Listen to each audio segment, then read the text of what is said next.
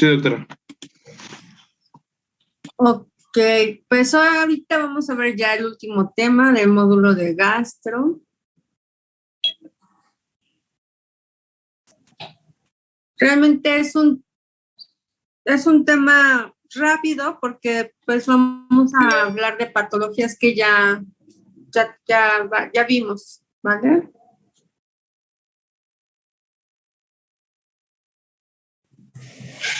Y bueno, pues este tema nos habla sobre obesidad enfocado a las enfermedades gastrointestinales o cómo la obesidad afecta a ciertos órganos que nos van a ocasionar una enfermedad gastrointestinal. Y bueno, para esto vamos a clasificar la obesidad y según la Sociedad Española para el Estudio de la Obesidad, se va a clasificar dependiendo del índice de masa corporal. ¿Y cómo vamos a sacar el índice de masa corporal? Aquí está la fórmula. Es kilogramo o el peso real dividido entre los metros cuadrados de talla. Cuando tenemos un índice de masa corporal menor de 18.5, estamos hablando que el paciente tiene un peso insuficiente o que está desnutrido. De 18.5 a 24.9 es un peso normal. De 25 a 26.9 es sobrepeso, grado 1. De 27 a 29.9 sobrepeso, grado 2 o preobeso. Y ya con índice de masa corporal de 30 a 34.9 estamos hablando de obesidad grado 1, de 35 a 39.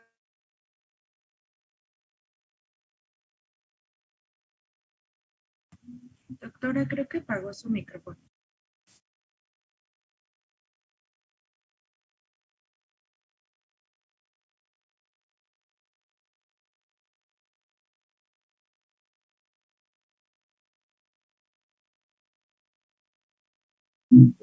Doctora, su micrófono está apagado.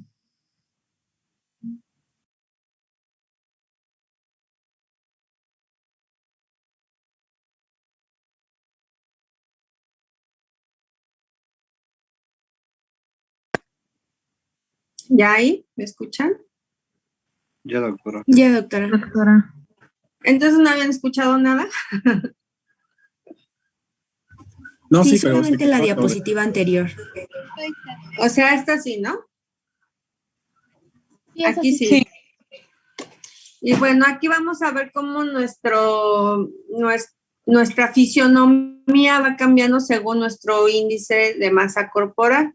Y finalmente nuestro esqueleto, como vemos en esta diapositiva, nuestro esqueleto, nuestro músculo no va cambiando. Lo que va cambiando son nada más las circunferencias debido a los depósitos de ácidos grasos o adipocitos. Aparte de la obesidad, aparte de la importancia del índice de masa corporal, también tenemos otro parámetro que debemos de tomar en cuenta en nuestros pacientes, que es el perímetro abdominal. Y bueno, el perímetro de la cintura o perímetro abdominal nos habla de un índice de salud o de enfermedad. Un tamaño excesivo de la cintura, pues se va a relacionar con ciertas enfermedades. Entonces, por ejemplo, ¿dónde vamos a solicitar? Aquí nada más en esta diapositiva, lo que quiero dejar en claro es que no toda la grasa es del tejido celular subcutáneo. Por ejemplo, si ven aquí una pequeña línea roja, que esta línea roja nos está dividiendo los músculos abdominales.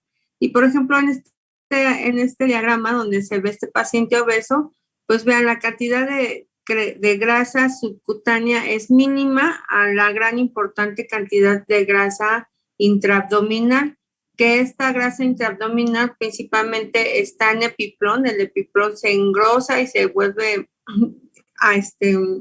y aumenta de tamaño, más aparte la grasa que está entre los órganos.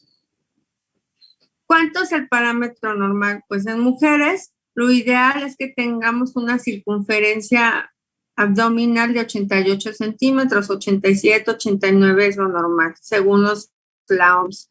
Y en los hombres de 102, que puede ir más 1 o menos 1.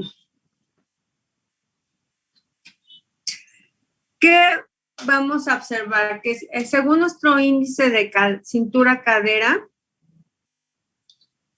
se va a relacionar con riesgo de diabetes, enfermedades coronarias o cardiovasculares, tensión arterial, entre otras. Por ejemplo, si tenemos una medición de cintura bajo, o sea, según el hombre menos de 94, la mujer menos de 80 de circunferencia abdominal, ese es un riesgo bajo. Si tenemos de 94 a 102 en hombres y de 80 a 88, es un riesgo moderado. Y si tenemos una circunferencia abdominal más arriba de 102 en mujeres, en hombres y de 88 en mujeres, es un riesgo alto. México hizo un cambio o una modificación, pero pues no varía mucho. También vamos a ver que la obesidad principalmente está relacionada con el síndrome metabólico. ¿Y qué es el síndrome metabólico? Es un componente de enfermedades que nos van a ocasionar alteraciones en todo nuestro sistema metabólico. ¿Y qué alteraciones normalmente vamos a encontrar? Pues es hipertensión, intolerancia a la glucosa, estados protrombóticos y proinflamatorios, dislipidemia y la obesidad. Aquí debemos tener muy en claro porque tanto la dislipidemia nos lleva a enfermedades gastrointestinales como es el hígado graso no alcohólico, y los estados protrombóticos y proinflamatorios nos llevan a enfermedades como cáncer. ¿Cómo vamos a diagnosticar un síndrome metabólico? Bueno, tenemos parámetros bioquímicos y clínicos que nos ayudan a diagnosticarlo. Por ejemplo, triglicéridos. Cuando tenemos triglicéridos por arriba de 150, pues ya nos está creando alteraciones. Entonces, hipertrigliceridemia, disminución del colesterol de alta densidad, aumento de la glucosa basal, los centímetros de circunferencia abdominal, la presión arterial sistólica y la presión arterial diastólica. Y todos estos nos van a crear riesgos para diagnosticar síndrome metabólico. Y bueno, ¿qué pasa?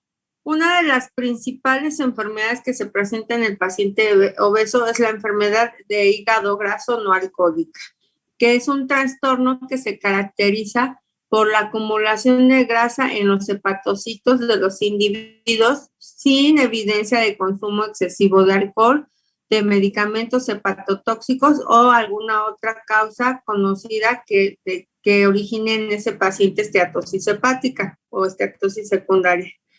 ¿Cuál es la prevalencia? La prevalencia de hígado graso no alcohólico es el 30%. Ojo, esto es muy importante porque muchas veces, si ustedes, bueno, sabemos, y les vuelvo a recordar que hoy por hoy somos el país el país que tenemos el segundo lugar en obesidad a nivel mundial de adultos y el primer lugar en niños. Entonces, esto ya nos hace per se tener un riesgo importante de enfermedad de hígado graso no alcohólico, pero no solo la obesidad, también el sobrepeso nos puede originar una enfermedad de hígado graso no alcohólico, o pacientes que suben y bajan de peso constantemente también nos va a ocasionar el desarrollar. ¿Cuál es la causa? Bueno, básicamente se debe a que hay aumento de la resistencia de la insulina, se presenta un síndrome metabólico, la diabetes, las dislipidemias y aquí algo muy importante, los ayunos prolongados más de 8 horas también favorecen el hígado graso. somos una población, la población mexicana es una población que tenemos un ritmo de vida muy acelerado, ¿no? Y muchas veces nos malpasamos o hacemos ayunos muy prolongados de más de 8 horas. Y como si recordamos la clase de fisiología hepática, el hígado tiene una de las características de almacenar los triglicéridos y principalmente triglicéridos. ¿Y cómo los va a almacenar? Los va a almacenar en el hígado como vacuolas de hepatocitos, de vacuolas lipídicas. A estas macrovacuolas o macrovesículas se les llama esteatosis macrovesicular. Aquí vemos en este corte de patología donde están nuestros hepatocitos normales y vean las vacuolas, el número de vacuolas importantes que tiene ese hígado. Para hablar de esteatosis hepática se le debe tomar al paciente una biopsia y si observamos más del 5% de vacuolas, esteatosis hepática, entonces ya está, digo, si observamos más del 5% de vacuolas lipídicas, ya estamos hablando de una esteatosis macrovesicular. Entonces, ¿pero qué pasa con ese paciente? Ese paciente pues va a presentar una enfermedad hepática no alcohólica que conocemos vulgarmente como hígado graso.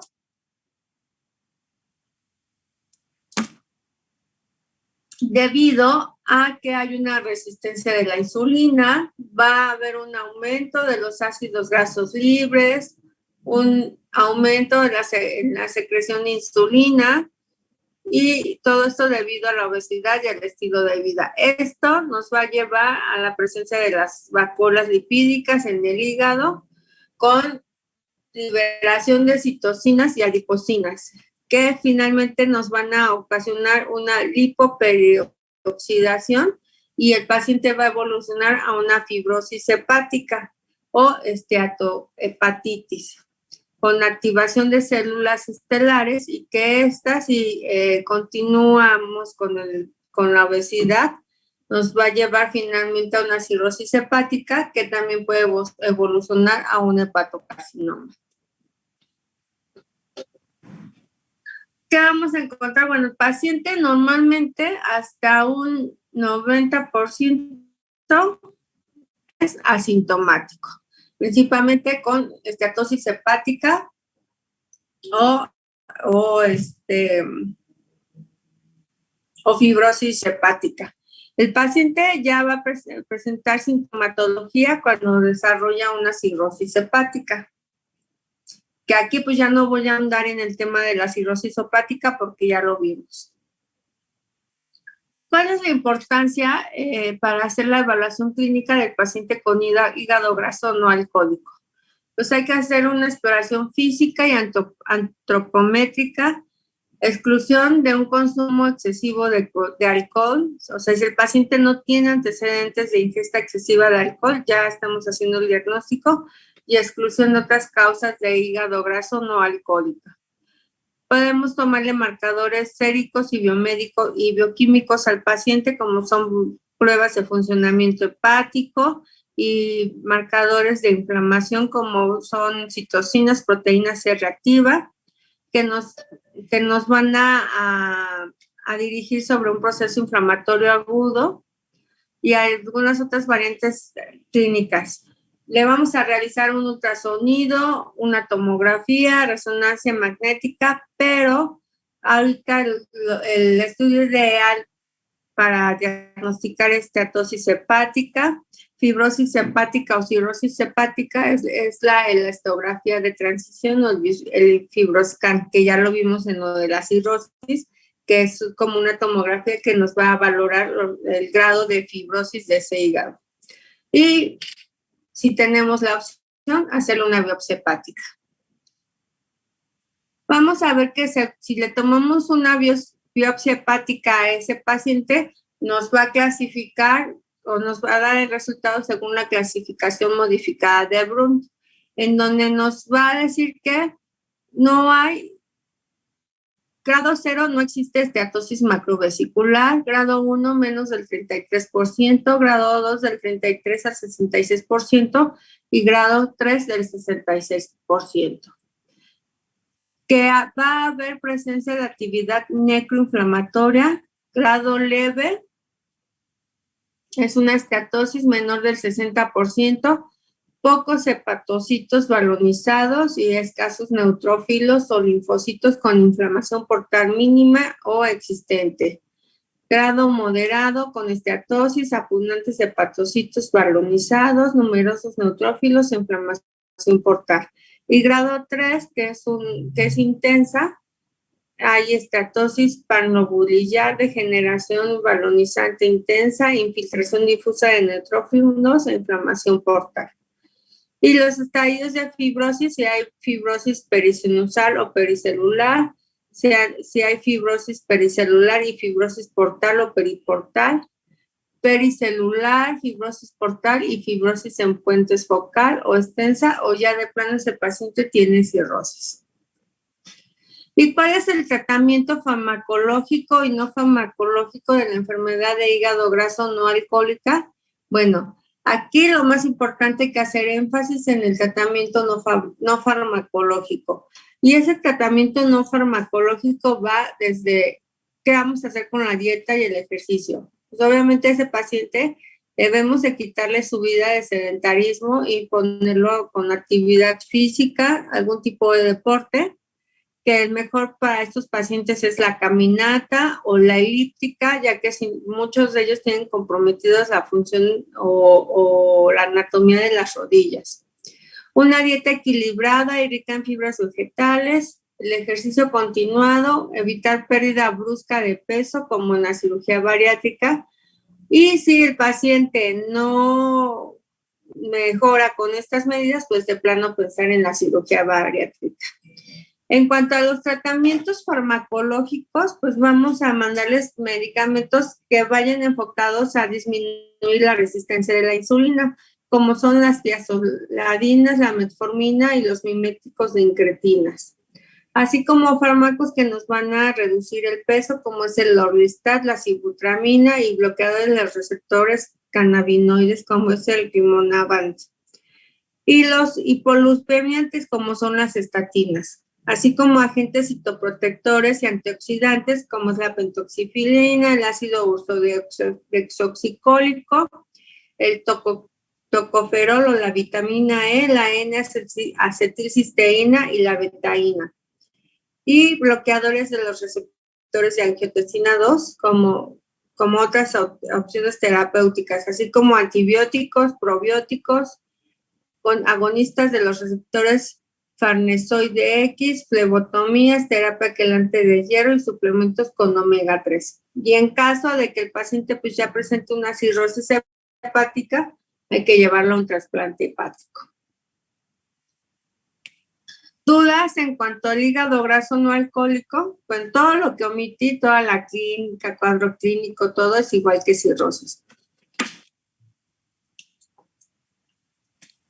No, doctora. No, doctora. Okay. Doctora, yo tengo una duda. Sí, Bueno, dime. conozco a alguien que se le diagnosticó esteatosis, pero esta persona también tiene hipotiroidismo y le es muy difícil bajar de peso.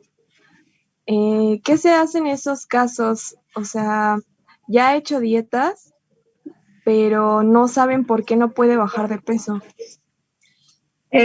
Muchas de las causas es tiene que ver con las grelinas, pero obviamente si este paciente ya tiene, otra de sus causas pues es el hipotiroidismo.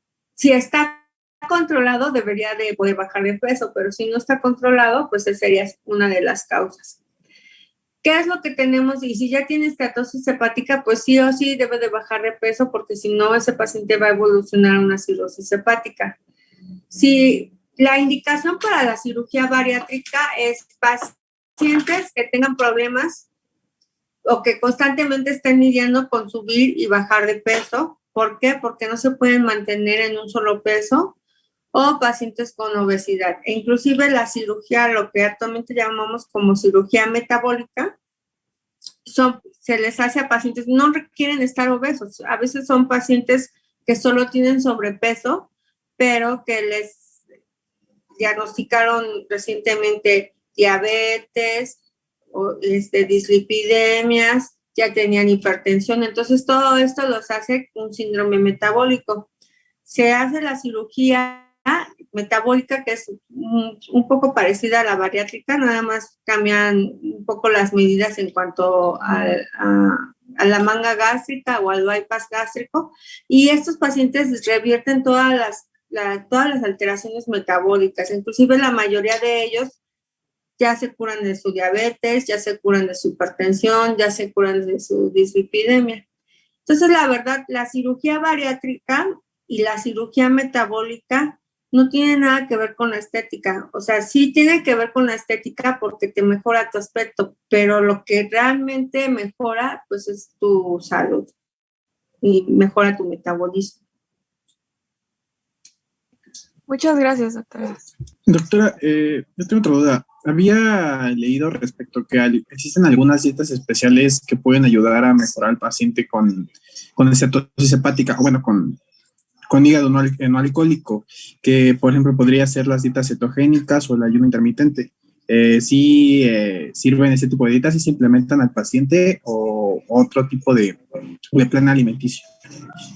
No, realmente a estos pacientes se les debe de dar dietas que no tienen nada que ver con lo del ayuno intermitente o las cetogénicas, ¿no? Justo lo que acabamos de tocar, que una de las causas de la estatosis hepática son ayunos prolongados de más de 8 horas.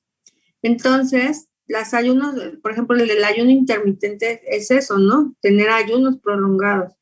Más bien las dietas que les mandamos a estos pacientes son dietas en quintos, en sextos porciones, ¿no? Normalmente debe de comer el paciente cada 3 o cada 4 horas.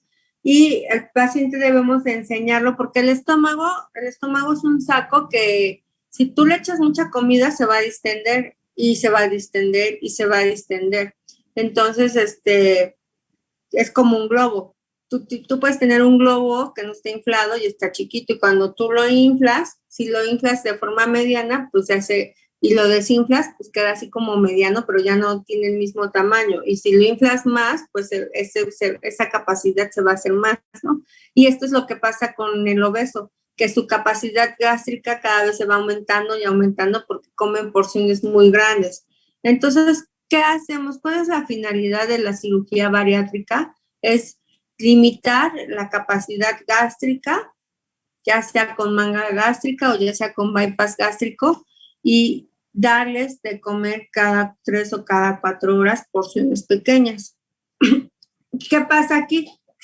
Por ejemplo, yo me dedico también a cirugía bariátrica y tenemos pacientes que les hemos hecho manga gástrica y que hasta en 2 ocasiones hemos tenido que reintervenirlos y remangarlos o modificar la manga gástrica a un bypass gástrico porque ese paciente volvió a subir de peso.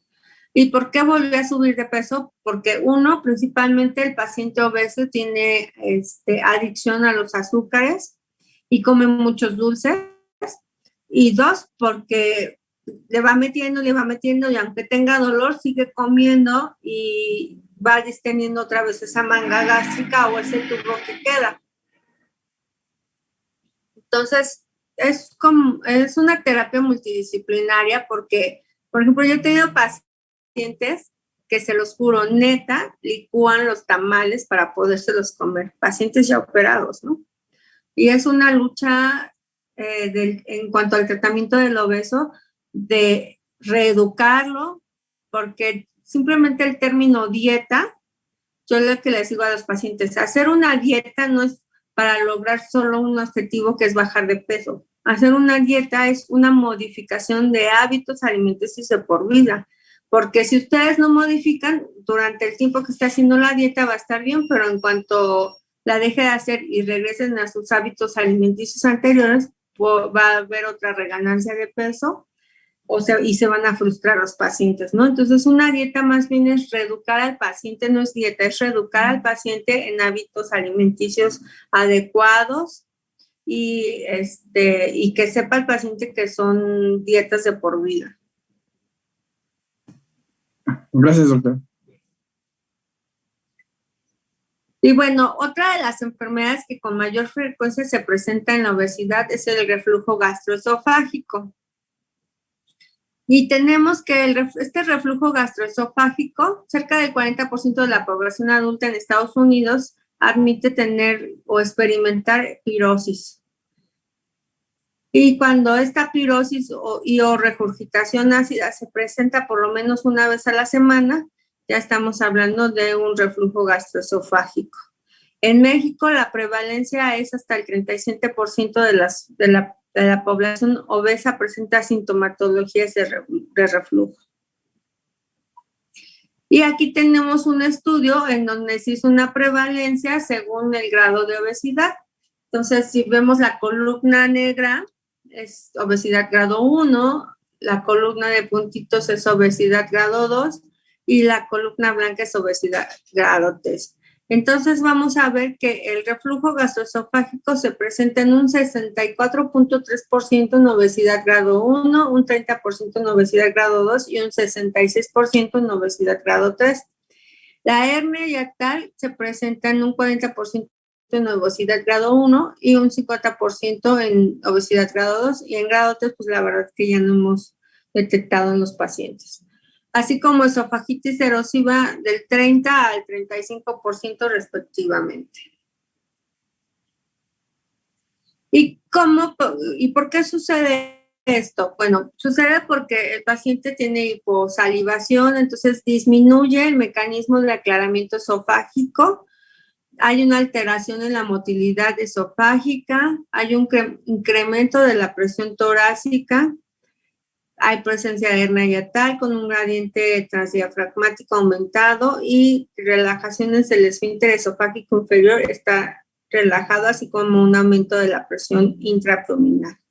También en pacientes que se les hizo manga gástrica, observamos que también hay aumento en la presencia o prevalencia de reflujo gastroesofágico y esto se debe a cambios en el ángulo de His, disminución de la presión del esfínter esofágico inferior, una presión intragástrica aumentada y alteraciones que conforman la membrana frenoesofágica, así como alteraciones en el vaciamiento gástrico.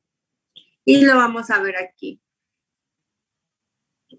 ¿Qué pasa? En el paciente obeso, como les enseñé en la diapositiva de la obesidad, la grasa ocupa gran parte de la cavidad abdominal y esto va creándonos un aumento de la presión intraabdominal. Al aumentar la presión intraabdominal, los órganos los avienta hacia el tórax, en este caso, el estómago se está aventando hacia el tórax para que suba a través de ese hiato esofágico. También, como hay un aumento de la presión intragástrica, porque comen mucho, se altera este ángulo de His. Entonces, hay una alteración tanto de la unión esófago-gástrica como una alteración del ángulo de His, y eso favorece el reflujo gastroesofágico.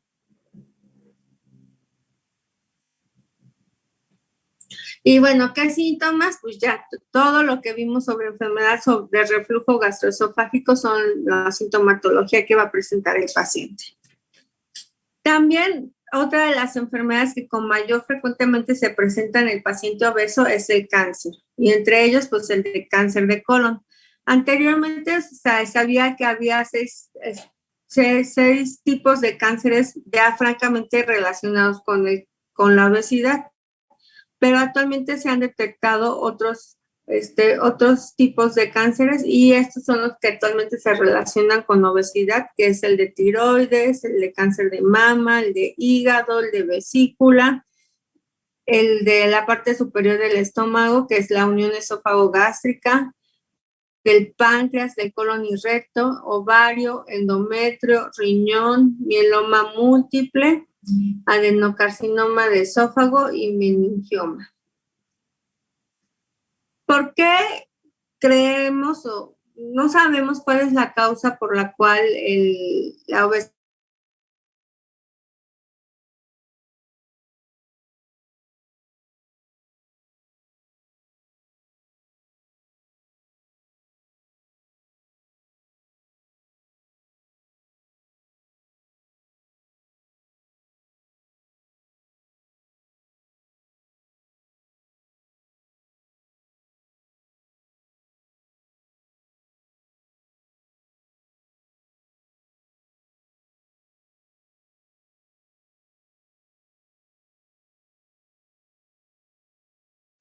Doctora, creo que no se escucha.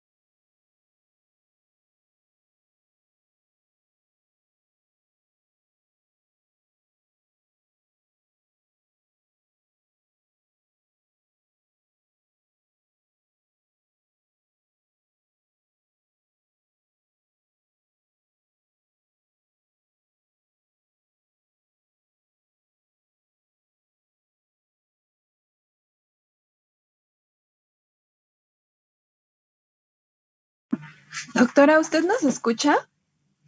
Es que ya la dejamos de escuchar.